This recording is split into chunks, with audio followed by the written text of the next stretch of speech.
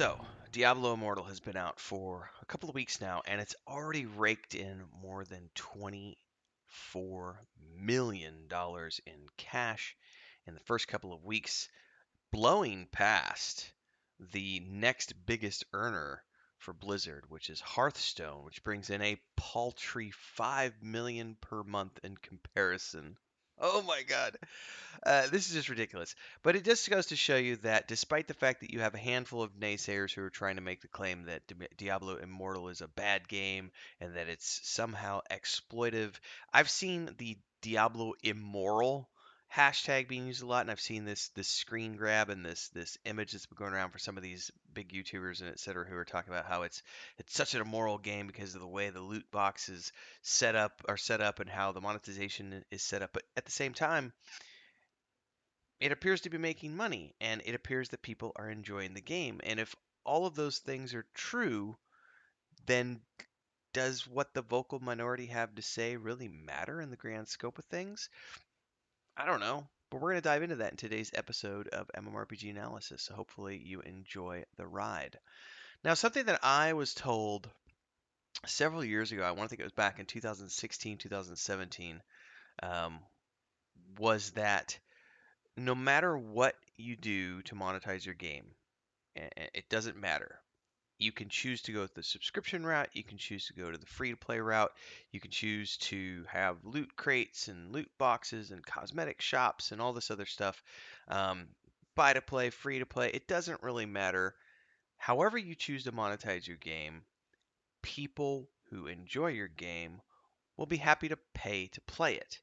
It doesn't matter how you choose to monetize it. Now, the reality is that these free to play games with cash shops make way more money than any other type of game because we've involved microtransactions. So, to do the math on this, it's very simple math. If this game has made $24 million, which apparently it has, according to these sources, you've got various articles. I'm going to link them below. We've got a PC Gamer article talking about it. We've got a Game Dev Reports article. We've got the data from App Magic app showing all this other stuff. And none of this data even includes the PC version, which, by the way, is currently in beta. I'm actually playing it this upcoming week, and I'm going to report on it because I actually want to try this out because I've only been seeing these reactions to things. If this game has made $24 million, which it has, the data shows that it has, and has been downloaded more than 8 million times, let's just use this simple math. Take 24 divided by 8, it's 3. It's very simple, basic grade school math. So if you have 8 million players and they all spend a mere $3 in microtransactions, boom, you've got $24 million. Now, the reality is that it's not that simple because when you come to free to play games, whales make up a large majority of the money that's being spent. I had a very interesting conversation the other night when we were in one of our streaming sessions playing EverQuest, and we were talking about a group of people who were involved with Chronicles of Illyria. One of those individuals had spent about $4,000 on the game, and said that he was a part of a group of people who were really excited about that game, and there was it was basically a group of whales, and he was on the low end. He said one of the higher end people had put $80,000 into Chronicles of Illyria because he believed in the vision, which just goes to show you that, when you talk about $3 versus, there's already somebody out there who apparently has spent $100,000 on Diablo Immortal. People will spend what they want to spend. People are going to spend what they feel comfortable spending. And for some people, that might only be a couple dollars here and there. Other people, it might be a lot more than that. I am typically the type of individual, I could say to this day, as of this recording, which I'm doing on June 19th, 2022, I have yet to spend money in any mobile game ever. And I've played quite a few of them. And Galaxy of Heroes, Star Wars Galaxy of Heroes, I've had on my phone for maybe 4 years, at least 3, if not 4 years. Never spent a dime on it. I have just free to play, surfed that thing all the way out. It's never even entered my mind to spend money on it because I can grind everything I want. And the only thing spending money would do would speed up the process.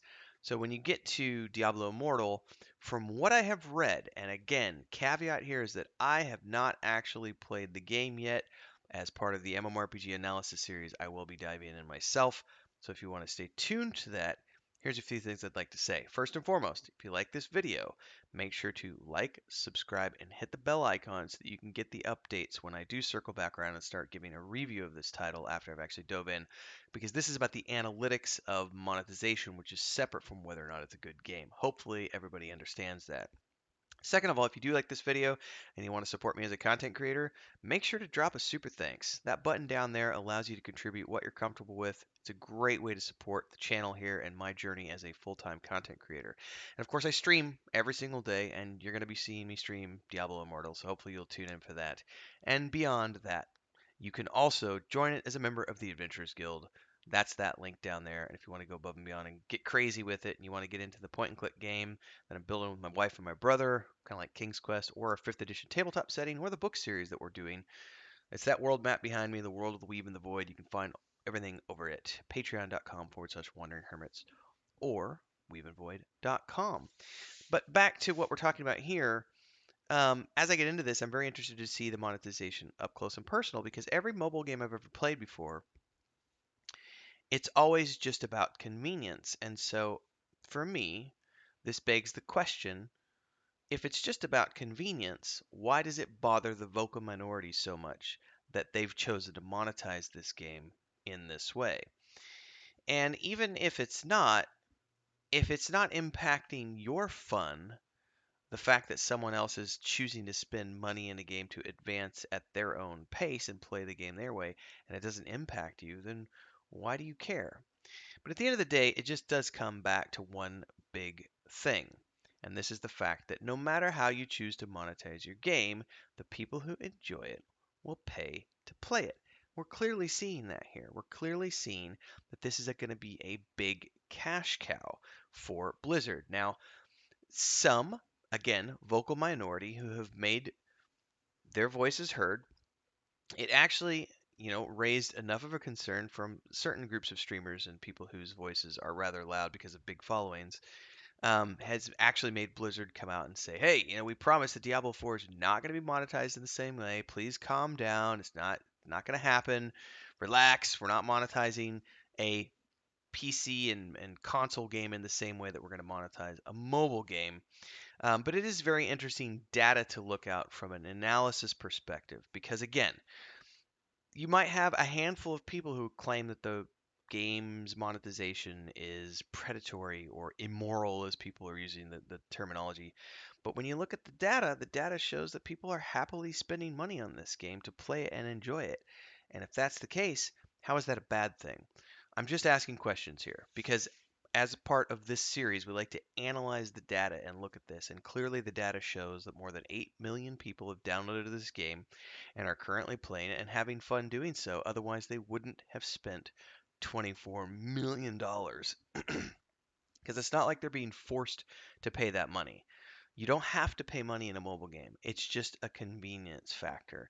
And people will be like, "Oh, well, that's the loot box and the gambling thing, and that's why the game isn't released in the Netherlands and Belgium, because gambling is predatory and people with weak impulse control can't control themselves and we need to protect them."